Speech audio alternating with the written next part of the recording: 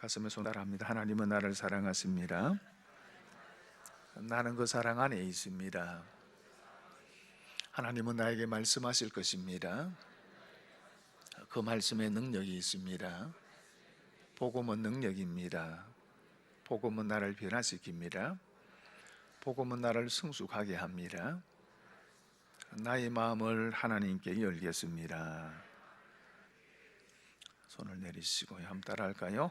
그리스도에게까지 자랄지라. 아시는 분은 아시겠지만 제가 할아버지가 되었습니다. 아들이 딸을 낳아서 저는 원하지 않지만은 강제적으로 할아버지가 되었습니다. 병원에 가서 이제 아이를 보았는데 사실 뭐 특별한 감흥이 없더라고요. 그래서 당신 참 이상한 사람이다, 아내가 그렇게 이야기를 하던데. 그런데 이제 그 위에 아들이 거의 매일 이제 사진을 찍어서 카톡에 이렇게 올려줍니다. 근데 그 사진을 자꾸 보니까 처음 볼 때와 다른 어떤 감정이 있더라고요. 조금씩 자라는 것이, 아이가 조금씩 자라는 것이 주는 기쁨이 있더라고요. 여러분, 생명을 얻는 기쁨, 부모 입장에서는 이것보다 더 큰 기쁨이 없을 것입니다. 그런데 이보다도 더 큰 기쁨은 그 생명이 자라는 거지요. 아이가 성장하는 것을 보는 기쁨은 사실 더 큰 기쁨이지요. 간혹 젊은 부모 가운데, 특히 아빠 가운데 이런 아빠들이 좀 있는 것 같더라고요. 애가 안 자랐으면 좋겠다, 평생 요 모습 그대로 딱 됐겠다. 식은 아버지가 이런 얘기 하죠. 여러분, 정말 그러면 될까요? 아이가 안 자라서 그 모습 그대로 있으면 좋을까요? 결코 그렇지 않죠. 아이가 자라지 않으면요, 부모의 아픔입니다. 고통이지요. 졸업병이라고는 안전병이 있지 않습니까? 성장하지 않는 병입니다. 그 일찍 늙는 병이죠. 나이가 20살이 넘어가는데 키는 8살, 9살 키 정도로 그 모습에서 그대로 늙어가는 병을 졸업병이라 그러죠. 여러분, 아이가 태어나면은 육체적으로 성장해야 하고요, 또 정신적으로, 인격적으로나 자라가야지 그게 부모의 기쁨이 됩니다. 신앙도 마찬가지지요. 자라야 하고 성숙해져야 됩니다. 우리가 예수를 믿고 구원을 받는다라고 하는 말을 다르게 포함하면은 거듭났다라고 그렇게 표현을 하지요. 다시 태어났다는 겁니다. 우리가 예수를 믿고 다시 태어났다면 어린아이로 태어난 겁니다. 여러분, 신앙생활은 영적 아이로부터 시작이 되어집니다. 아무리 사회적 지위가 높고 사생적으로 많은 지식을 가지고 있는 사람이라 할지라도 그가 예수를 믿는 순간에는 영적으로 다시 태어나는 것이고 영적 아이로 시작하는 겁니다. 여러분, 그러므로 신앙은 자라야 되고 성숙해져야 됩니다. 어른 신앙으로 자라가야 됩니다. 베드로전서 2장에 보면은 베드로가 성도들을 이렇게 호칭을 하고 있습니다. 자녀들아, 청년들아, 아비들아, 그렇게 다르게 부르고 있습니다. 왜요? 여러분, 신앙의 어린 아이의 신앙에서 성장해서 청년의 신앙이 되고, 그리고 더 자라서 아비, 장년의 신앙으로 자라가야 된다는 것입니다. 여러분의 신앙은 어떤 수준인 것 같습니까? 늘 다른 사람들에게 돌봄을 받아야 되는 영적인 아이 수준입니까? 그렇지 않으면은 청년의 힘을 가지고 뭔가 혼자 좀 할 수 있는 그런 청년의 신앙을 가지고 있습니까? 안 그러면 더 성숙해서 아비의 신앙, 장년의 신앙, 이제 다른 사람들을 좀 케어하고 돌보고 또 이렇게 할 수 있는 그런 장년의 신앙을 가지고 있는 사람입니까? 좀 오래된 얘기지만은 어떤 목사님의 얘기입니다. 그 교회 여직원 한 분이 참 열심히 교회 생활을 하는 분이에요. 그래서 성도들한테 믿음이 좋다 그러고 기도도 열심히 하고 봉사도 열심히 하는 분이었는데, 하루는 목사님한테 이런 좀 맹랑한 이런 얘기를 한 겁니다. 이분이 장사를 하기 때문에 기차를 타고 지방여행을 자주 하는 분인데 목사님이 이런 얘기를 합니다. 목사님, 저 기차 공짜로 타고 다녀요, 그러는 거예요. 그래서 목사님 물으죠. 아니 뭐 철도성에 아는 사람이 있습니까? 그러니까, 아니요. 근데 어떻게 공짜로 타고 다녀요? 목사님 제가요 기차에 울타리 넘어가가지고요 기차를 타고요 차장이 오면은 화장실에 딱 숨어 있다가요 그렇게 해서 제가 공짜로 타고 다녀요. 그러면서 이렇게 이야기합니다. 근데 목사님 제가 그래서 공짜로 먹는 줄 아세요? 아니에요. 그 돈 다 모아놨다가 시골에 전도사님 오시면 성교비도 내고 다 주를 위해서 바칩니다. 그래 이야기를 하더랍니다. 목사님이 하도 기가 막혀서 집사님 이런 얘기는 절대로 다른 사람한테 하지 마십시오. 다시는 그런 짓 하지 마십시오 하고 그렇게 야단을 쳤다는 겁니다. 옛날에는 그게 가능했어요. 울타리 넘어가서 기차 타고 다니고 통화하는 학생들 가운데서 그런 학생들도 많았거든요. 여러분 참 어른 같은데, 그죠? 어떻게 보면 참 어른 같은 신앙을 가지고 있는데도 사실 들여다보면은 참 아이 같은 신앙을 가지고 있는 사람들이 많이 있다는 겁니다. 여러분 그래서 우리의 신앙은 자라가야 됩니다. 어디까지 자라가야 됩니까? 오늘 13절에 이렇게 이야기합니다. 온전한 사람을 이루어 그리스도의 장성한 분량이 충만한 데까지 이르리니. 온전한 사람, 성숙한 사람을 이야기합니다. 그리스도의 장성한 분량이 충만한 데까지 이르리니, 우리말 성경에 보면은 그리스도께서 충만하신 정도에까지 도달해야 됩니다 라고 번역하고 있고, 공동번역에는 그리스도의 완전성에 도달하게 되는 것입니다 그렇게 번역을 하고 있습니다. 다시 말하면 그리스도를 닮는 것을 이야기됩니다. 여러분 우리가 신앙이 성숙해야 될 이유는 그래야 그리스도를 닮은 사람이 되기 때문입니다. 그래서 15절에는 이렇게 설명을 합니다. 범사에 그에게까지 자랄지라 그는 머리니 곧 그리스도라. 그리스도에게까지 자라는 것, 그리스도를 닮아가는 것이 영적인 성숙입니다. 이것이 우리의 신앙의 목표입니다. 여러분 성도의 신앙의 목표는 세상에서 성공하는 것이 아닙니다.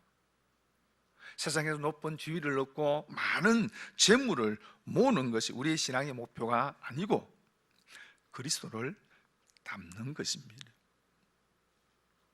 이 진중9년 교회 표를 복음 그리고 변화 성수 그렇게 정했습니다. 사실 이 표현은 우리 교회의 장기적인 표입니다. 제가 은퇴할 때까지 표입니다.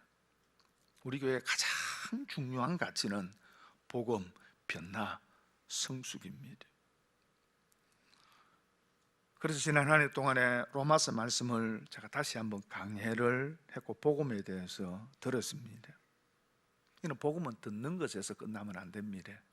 복음을 들었으면 그러므로라고 하는 다리를 건너가야 됩니다. 그 다리를 건너가서 변화와 성숙으로 나아가야 되는 거예요.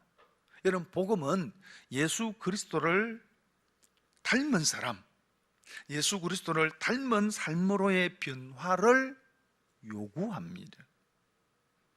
그래서 2020년 교회 표를 이렇게 정했습니다. 한번 따라할까요? 그리스도에게까지 자랄지라. 그리스도에게까지 자라는 것, 성장하는 것, 예수 그리스도를 닮아가는 것, 여러분 이것이 우리의 신앙의 목표입니다. 그러면은 어떻게 하면은 우리가 그리스도에까지 자랄 수 있을까? 성숙한 신앙의 사람이 될 수 있을까? 몇 가지로 좀 생각해 보려고 합니다. 시선 한번 따라할까요? 어린아이의 일을 버려야 된다. 좀 소극적인 면입니다. 그래서 44절에 보면 이렇게 이야기합니다. 이는 우리가 이제부터 어린아이가 되지 아니하여, 그렇게 말씀을 합니다. 어른이 되려면 어린아이의 일을 버려야 합니다. 영적으로 성숙해지려면 아이의 모습을 버려야 한다는 거죠. 그래서 고린도서 13장 11절에는 이렇게 말씀을 합니다. 함께 읽겠습니다. 시작.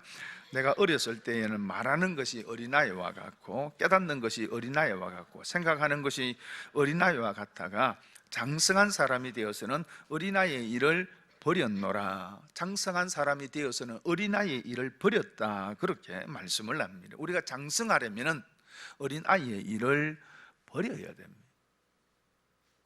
나이 20살이나 된 게 우유를 아이들이 먹는 우유병에 넣어가지고 침대에 들어 누워가지고 꼭지를 쪽쪽 빨아먹고 있으면 어떻게 되겠습니까? 장가간 남자가 날마다 여전히 어머니 치맛자락만 붙들고 맴돈달 걸으면은 그건 바른 게 아니지 않습니까? 여러분, 장성한 사람이 되어서는, 어른이 되었으면은 아이의 일을 버려야 되는 겁니다. 사실 성경에는 어린아이에 대해서 두 가지 면을 이야기를 합니다. 하나는 어린아이와 같이 아니하면 천국 갈 수 없다, 그렇게 말씀을 하고 있지요. 이것은 아이가 가지고 있는 어떤 순수함, 순진함을 이야기합니다. 여러분, 우리가 어른이 되어서도 이런 어떤 순수함을 우리가 잃어버려서는 안 되는 거죠. 그러면서 또 성경은 한 가지 더 이야기하는 것이 어린아이와 같이 되지 말라, 어린아이의 일을 버려라, 그렇게 말씀을 합니다. 여러분, 버려야 될 어린아이의 모습이 어떤 것이 있을까요? 여러분, 아이가 가지고 있는 특징이 몇 가지가 있는데 그 중에 중요한 것 하나가 자기중심적입니다. 유치원 정도 다니는 아이를 데리고 옆집에 놀러 가면은요, 돌아올 때 난감한 경우들이 있잖아요, 그죠? 열심히 그 집 애하고 놀면서 장난 가지고 놀다가 이제 집에 돌아갈 즈음 되면 직구도 아닌데 장난감 가져가겠다는 거예요. 그래서 타이르도 안 돼요. 새 거 사준대도 안 돼요. 굳이 가져가겠다 그럽니다. 그러면 그 집 애는 어쩝니까? 내 건데 왜 가져가느냐 하고 난리가 납니다. 어떻게 됩니까? 결국은 한 대 맞고 끌려서 집에 가잖아요. 여러분, 아이들은 자기가 필요하면은 때를 쳐서라도 그것을 가져야 된다고, 가져야 되죠. 안 되면 토라지고요. 부모가 힘이 들고 부모가 어려운 것 아이들은 잘 모릅니다, 그죠? 아무리 설명을 해도 그게 못 받아들여지는 거죠. 부모의 마음을 이해하지 못합니다, 그죠? 그래서 자기의 말을 들어주는 것 외에는 다 그걸 뭐 이해하지 못하는 겁니다. 그래서 자기 마음에 안 들면 다 싫은 거죠. 그래서 안 되면 어찌합니까? 들어 눕잖아요. 그냥 길거리에서 들어 눕고, 이게 아이 모습이라 그 말입니다. 근데 어른이 되어도 이런 자기 중심적 생각을 버리지 못하는 사람이 있습니다. 성인 아이들이 있습니다. 그래서 이런 사람들은요, 자기 생각하고 다르면 예수님도 틀렸다 그래요. 그리고 이런 사람은 감정적이에요. 아이가 좀 감정적이죠. 기분 나쁘면 천국도 안 가요. 그래서 이런 어린 아이의 일을 버려라, 그렇게 말씀을 합니다. 그리고 어린 아이가 가지고 있는 또 하나의 특징이 잘 흔들려요. 마음이 잘 바뀌죠. 유혹에 약하다, 그 말입니다. 그래서 아이들이 때로 유괴를 당할 때 어떻습니까? 뭐 어른이 자다가 와가지고 좀 맛있는 거 주고 이렇게 하면은, 흔히 이야기하면 좋은 거 주고 꼬시면 어쩝니까? 그냥 막 따라가잖아요, 그죠? 아이의 특징이 그렇습니다. 영적인 어린아이도 마찬가지입니다. 귀가 얇아요. 그래서 누가 이런 얘기하고 이단들이 와가지고 한번 이렇게 속 이야기하면 그냥 막 거기에 그냥 따라가는 겁니다. 세상의 풍조에 쉽게 유혹당하고 넘어가는 거죠. 그래서 14절에 이렇게 이야기를 합니다. 함께 읽겠습니다. 시작. 이는 우리가 이제부터 어린아이가 되지 아니하여 사람의 속임수와 간사한 유혹에 빠져 온갖 교훈의 풍조에 밀려 요동하지 않게 하려 함이라. 여기 요동한다라는 것은 파도라는 의미, 팽이라는 의미가 있습니다. 바람의 파도가 출렁이듯 그렇게 잘 흔들린다, 그 말입니다. 여러분, 팽이가 잘 돌다가 이제 힘이 약해지면 어떻습니까?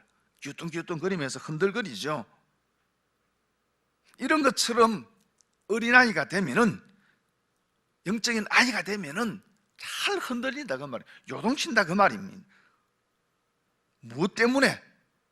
사람의 속임수와 간사한 유혹, 다시 말하면 잘못된 이단의 사상들, 초대교회 안에 있었던 여러 가지 영주주의나 율법주의, 이런 이단들이 교회에 들어와서 성도들에게 여러분 그런 미혹할 때에 영적으로 어리면은 쉽게 그렇게 넘어가 버리고 흔들거린다, 그 말입니다. 간혹 성도들 가운데도요, 이상한 질문을 하는 성도들이 있어요. 어느 날 갑자기 와가지고 목사님 성경 가지고 질문 하나 있습니다. 이상한 질문이에요. 왜 그럴까요? 이상한 데 갔다 왔거든요. 이상한 데 갔다 온 사람들은요, 이상한 질문을 합니다. 이상한 질문. 응?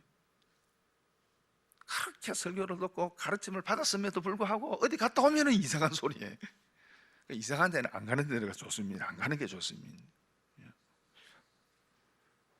이렇게 신앙이 성숙하고 자라려고 그러면은 어린아이의 일을 버려야 된다, 그 말입니다. 어린아이의 모습을 버려야 된다는 거죠.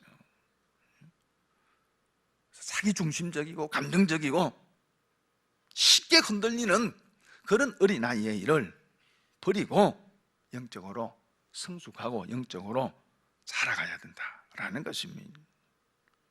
그리고 또 한 가지는 따를까요? 갈망해야 된다. 빌립보서 3장 12절과 13절에 보면 바울이 이런 고백을 합니다. 내가 이미 얻었다 함도 아니요 온전히 이루었다 함도 아니라 오직 내가 그리스도 예수께 잡힌 바 된 그것을 잡으려고 달려가노라. 형제들아, 나는 아직 내가 잡은 줄로 여기지 아니하고, 그렇게 말씀을 합니다. 이건 바울이 어떤 사람이에요? 신약 성경의 반을 기록한 사람입니다. 그가 얼마나 능력이 있었던지 사도행전에 보면은 바울이 가지고 있는 앞치마 하나 손수건을 가지고 가서 병든 사람이 얹으면은 병이 낫는 기적이 일어납니다. 여러분, 그는 천국을 경험한 사람입니다. 삼청천을 경험한 사람입니다. 뿐만 아니라 복음을 위해서 평생을 산 사람이죠. 결혼도 하지 아니하고 오직 복음을 위해서 모든 고난을 기쁘게 감당한 사람입니다. 여러분, 교회 역사에 있어서 바울만큼 하나님의 은혜를 경험한 사람이 있을까요? 바울만큼 능력 있는 삶을 산 사람이 있을까요? 바울만큼 영적으로 성숙한 사람이 있을까요? 바울만큼 복음을 위해서 헌신한 사람이 있을까요? 아마 바울을 능가하는 사람은 없을 것입니다. 그럼에도 불구하고 바울이 이렇게 고백합니다. 나는 아직 부족하다는 겁니다. 나는 아직 모자라다는 겁니다. 뭐가 그래 부족합니까? 사실 바울은 환경에 대해서는 만족하고 자족하는 사람입니다. 그가 부하든지 가난하든지 어떠한 경우에도 자족하는 비결을 가지고 있는 사람이었습니다. 그래서 가난하다고 비굴하지 않고요, 부하다고 해서 교만하지 않았습니다. 그는 어떤 환경 가운데서도 하나님 앞에 만족하며 감사하는 삶을 살았습니다. 그런 바울이 만족하지 못하는 것이 있었습니다. 그에게는 거룩한 불만족이 있었다, 그 말입니다. 무엇에 대해서? 사역에 대해서. 하나님 앞에 봉사하고 섬기는 이 사역에 대해서는 늘 부족함을 느꼈습니다. 영적인 성숙에 대해서는 하나님, 나는 아직 멀었습니다. 나는 아직 모자랍니다 라고 그렇게 고백하면서 마지막 주님 부르시는 그날까지 달려가는 신앙의 삶을 산 사람입니다.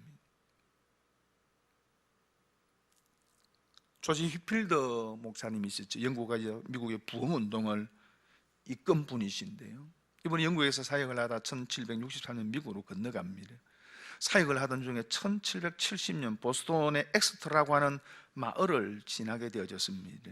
사람들이 그를 알아보고 설교를 해달라고 간청을 합니다. 그래서 급하게 들판에 강단이 마련이 되어지고 그 강단에 서서 설교를 하려고 나가는데 한 노신사가 조지 휘필드 목사님에게 이렇게 이야기합니다. 선생님, 당신은 설교하는 것보다 침도로 가는 게 더 어울리겠습니다. 그만큼 건강이 좋지 않았습니다. 피곤해 지쳐 있었습니다.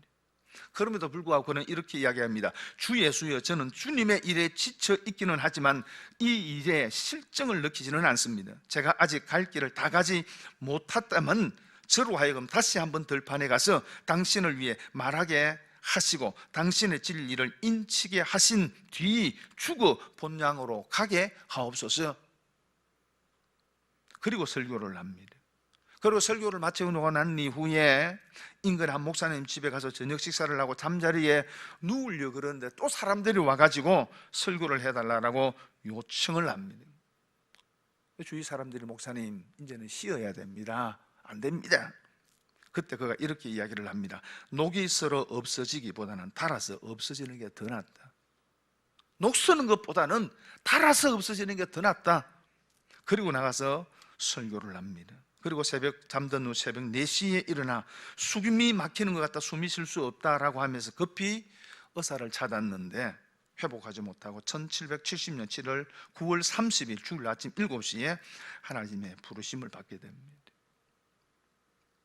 여러분, 조지 히필더 목사님은 죽는 순간까지 나는 아직 이런 마음을 가졌습니다. 사도 바울도 마찬가지입니다. 나는 아직. 하나님의 헌신에 대해서도, 사역에 대해서도 나는 아직, 영적인 성숙에 대해서도 나는 아직. 그래서 끝없는 영적 갈망을 가지고, 배고픔을 가지고 믿음의 삶을 달려간 것입니다. 여러분, 사실요, 건강하면은요 식욕이 왕성합니다. 근데 병들면은 식욕이 어떻습니까? 없어지죠. 몸이 아프면 아이고 입이 까칠까칠해 가지고 안 넘어간다 이랍니다. 병든 현상이죠. 여러분, 영적으로도 마찬가지입니다. 영적으로 건강하면 왕성하고 배고픔이 있습니다. 갈증이 있습니다. 말씀에 대한 갈증이 있고요. 갈망이 있는 겁니다. 여러분이 건강합니까? 그럼 갈망이 있습니다. 성장하고자 하는, 더 영적으로 성숙해지고자 하는 갈망을 가지는 거예요. 그런 사람이 성장하고 자라게 되는 거죠. 그리고 세 번째는 따라할까요? 훈련해야 된다. 11절 말씀 같이 읽겠습니다. 시작. 그가 어떤 사람은 사도로, 어떤 사람은 선지자로, 어떤 사람은 복음 전하는 자로, 어떤 사람은 목사로, 교사로 삼으셨으니, 교회 직분을 이야기를 하면서 사도, 선지자, 복음 전하는 자, 목사와 교사 이런 직분에 대해서 말씀을 합니다. 사도와 선지자는 오늘 있는 직분은 아니지요. 복음 전하는 자, 목사와 교사는 오늘날로 이야기하면은 교육자들을 이야기해요. 말씀 사역자들을 이야기를 합니다. 이런 직분을 주신 이유를 12절에 이렇게 설명을 합니다. 함께 읽습니다. 시작. 이는 성도를 온전하게 하여 봉사의 일을 하게 하며 그리스도의 몸을 세우려 하심이라. 이는 왜 하나님께서 이런 직분을 주셨는가? 성도를 온전하게 하여, 성도를 온전하게 하도록 하기 위하여서 하나님께서 이런 직분을 주셨다, 그 말입니다. 왜 교회가 교육자를 둡니까? 성도를 온전하게 하도록, 성도를 말씀으로 훈련하고 양숙시켜서 영적으로 자라서 성숙한 그리스도인이 되게 하도록 하기 위해서 하나님께서 이런 직분을 주셨다, 그 말입니다. 마태복음 28장 20절에 내가 너희에게 분부한 모든 것을 가르쳐 지키게 하라, 그렇게 말씀을 합니다. 예수님께 주신 마지막 명령입니다. 가르쳐 지키게 하라는 것입니다. 여러분, 훈련은 가르쳐 지키게 하는 것입니다. 세상의 교육은 가르치는 것에서 끝납니다. 지식만 전달해주면 끝납니다. 하지만 교회 교육은 그렇지 않습니다. 가르칠 뿐만 아니라 지키게 하는 것입니다. 이것을 위해서 훈련이 필요하다는 거죠. 교육이 필요하다는 거죠. 여러분, 교회는 위를 향해서는 하나님께 예배를 드리고 성도들을 향해서는 훈련하고 교육하고 세상을 향해서는 복음을 선포하는 것이 교회입니다. 여러분, 우리가 위를 향해 하나님 앞에 온전한 예배를 드리고 세상을 향하여서 바른 복음을 선포하려고 그러면은 바른 교육이 필요한 거죠. 훈련이 필요하다, 그 말입니다. 여러분, 좋은 성도가 좋은 예배를 만듭니다. 좋은 환경을 만들어서 좋은 예배가 되는 것이 아니고요, 좋은 성도가 좋은 예배를 만드는 거예요. 참된 예배자가 참된 예배를 만드는 거예요. 여러분, 그렇다면은 우리가 좋은 성도가 되어야 됩니다. 성숙한 성도가 되어야 됩니다. 여러분, 신앙에 연륜이 쌓인다고 해서 사람이 변하는 게 아닙니다. 사람의 육체는 나이가 먹음에 따라서 자라게 되어지죠. 하지만 신앙은 나이와 상관이 없습니다. 세월과 상관이 없습니다. 세월이 흐른다고 해서 우리의 신앙이 성숙해지는 것이 아니라 그 말이에요. 훈련돼야 되는 겁니다. 우리가 육체적으로도 건강하려고 그러면 몸을 괴롭혀야 되잖아요. 운동이 뭐예요? 몸을 괴롭히는 거예요. 억지로라도 몸을 괴롭힐 때 우리가 육체적인 건강을 얻듯이 영적인 건강도 마찬가지입니다. 영을 괴롭게 해야 됩니다. 그래야지 영적으로 건강해지는 거예요. 내버려 두면은 안 돼요.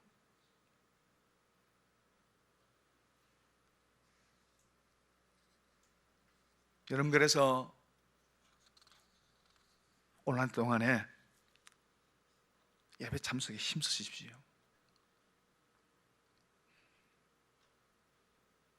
오전 예배에 오시는 분들은 오후 예배 한 번 더 오시고요. 또 오후 예배 오시는 분들은 수요 예배 참석을 하시고요. 제가 수요 예배를 강조를 안 하니까 우리 교회 수요 예배가 참 적어요, 인원이. 보통 오전 예배에 참석하시는 분의 반 정도 오후 예배 참석하고요, 오후 예배 반 정도가 수요 예배 참석을 해요. 우리 교회 오후 예배가 한 170명, 180명 제가 그렇게 참석하는 걸로 알고 있습니다. 그럼 반이면은요 한 8, 90명 참석해야 되는데 수요 예배 한 40명 참석하는가 모르겠어요. 특별히 중직자들은 참석하세요, 수요 예배. 예를 들어서 여러분이 일이 있다든지 그러면은 열심히 하세요, 거의. 그러나 그게 아니라면은 집에 TV 보지 말고 예배 참석하세요. 그리고 기도에 힘쓰시기를 바랍니다. 새벽에 나와서 기도하시고요. 금요 기도를 좀 더 강조를 할 겁니다. 그래서 올해는 오후 예배 때 구역 찬양 안 합니다. 금요일 날 할 겁니다. 제가 이런 거 되게 싫어하거든요. 강제로 뭘 하는 거 되게 싫어합니다. 근데 강제로 좀 해야 되겠습니다. 우리가 육체의 건강을 위해서는, 몸을 괴롭히기 위해서는 강제적으로 억지로라도 몸을 괴롭히잖아요. 영적으로도 몸을 좀 괴롭혀야 되거든요. 영을 괴롭혀야 돼요. 좀 괴롭히려고 합니다. 그래서 금요기도 오셔서 기도하시고요. 그리고 3월달부터 시작되면 교회 여러 가지 교육들 참석하셔서 훈련하세요. 그래야 잘합니다. 신앙의 성숙은 저절로 이루어지는 게 아닙니다.